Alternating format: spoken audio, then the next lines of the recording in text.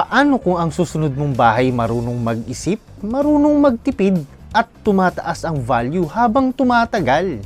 Relax! Hindi to sales talk ha. Upgrade to sa lifestyle mo. Kung ikaw ay sawa na sa masikip na space, naiinis sa electric bill na parang may sariling buhay, at laging may nagsasabing, patayin mo na ang ilaw. Sandali, parang ikaw to hindi ka nag-iisa. Ang solution? Meet Alta Eminenza Phase 1 and 2. Dinevelop ng Decalibring developer. Ito ang bahay na mas matalino kaysa sa daily decision natin. Solar power homes, tipid sa kuryente, rainwater reuse system, tipid sa tubig, merong CCTV and motion sensors, at voice-activated features. Para may personal assistant pero walang sweldo. Ako nga pala si Marvin, nandito sa Bayani Road, San Jose del Monte, Bulacan. Malapit to sa Star Mall, Hospital and Schools. At near future MRT7. Ang presyo, 5.5 million to 8.7 million. Message me now, pang tirahan o investment.